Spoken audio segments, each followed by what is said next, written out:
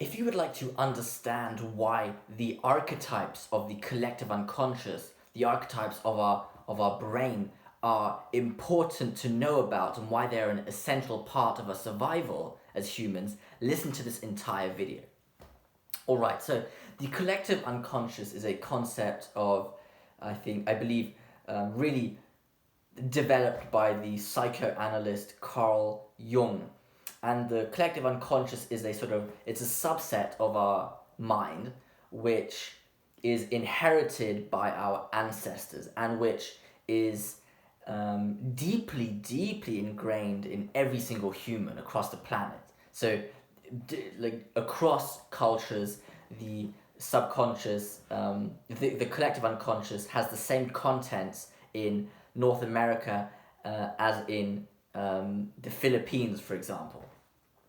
And they are a product of millions and millions of years of human learning, and they are sort of developed by the idea of epigenetics, that your genes can adapt or express themselves differently based on what you experience in your life. So the humans who lived millions of years ago, they developed and experienced things, and that was absorbed by their genes, I think, roughly speaking, and that was transferred down, and we are essentially the product of millions of years of generations.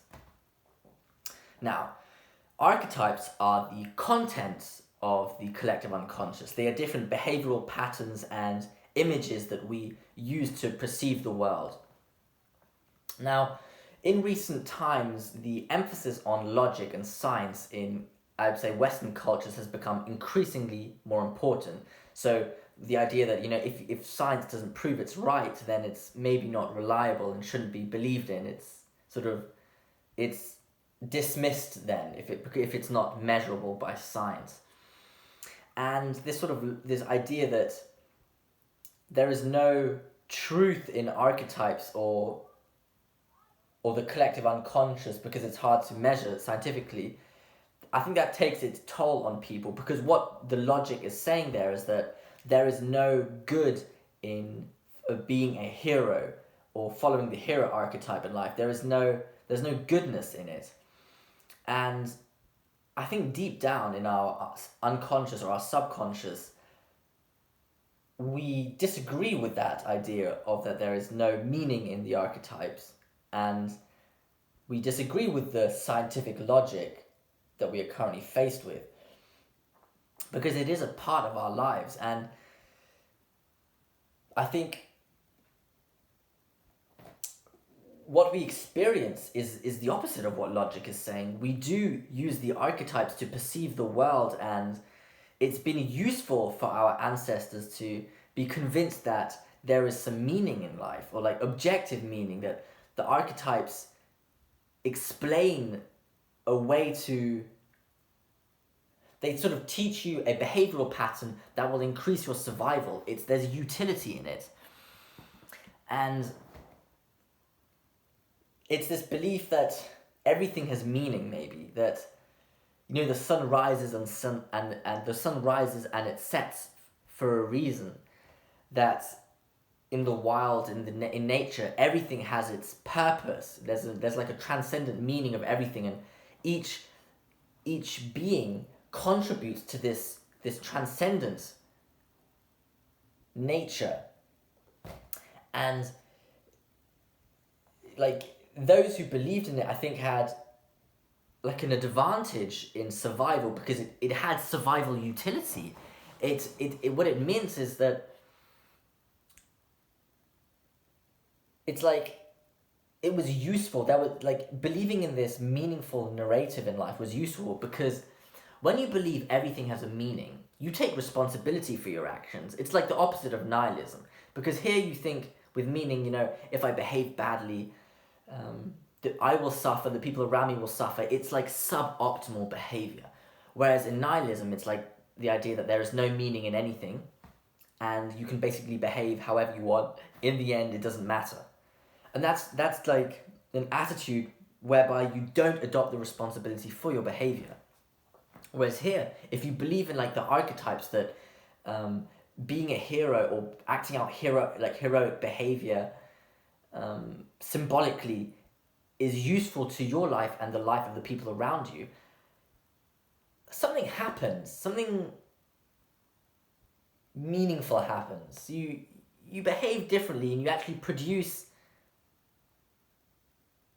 you progress, you learn, you grow, you reduce unnecessary suffering, I think, by adopting healthier, more responsible behavior. No matter how illogical this may seem and how far away from science this may seem, I think these things are actually, one could sort of say, people like Jordan Peterson call them hyper real. They are more real than what science is measuring. They are sort of, they are the tools that increase our survival, and they are the product of millions of years of ancestral experiences. And this the logic of modern day sort of neglects it or deprives these meanings, these, just because they can't be measured, or they're deemed they're deemed dogmatic, I would say. Yeah, and they're sort of religiously connotated. However, if one removes the religion and the let's say the radical aspect of it, following the hero archetype or tapping into the wise old man in yourself, it produces utility to your life.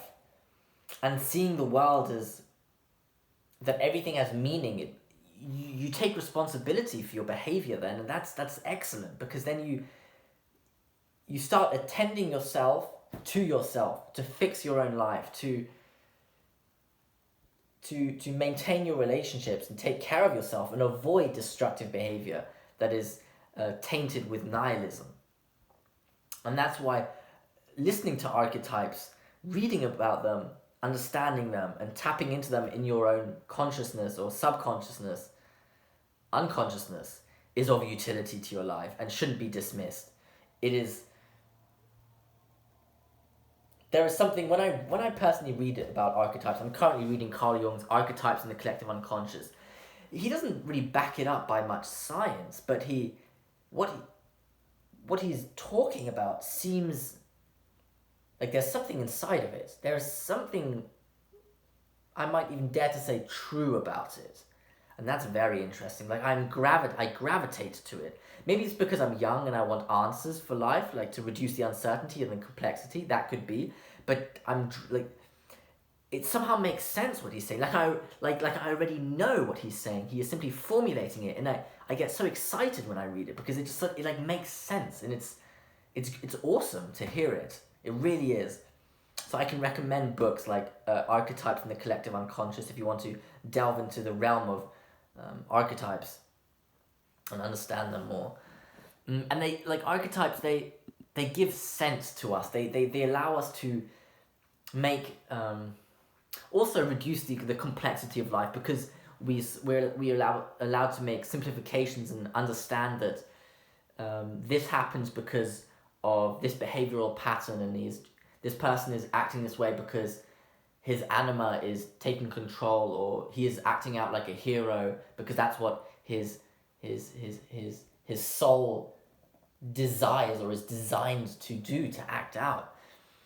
And if we don't have those, we're simply lost in meaninglessness, sort of nihilism, no way to interpret the world meaningfully, and that's anxiety and suffering inducing for the human, so that should be avoided, I think.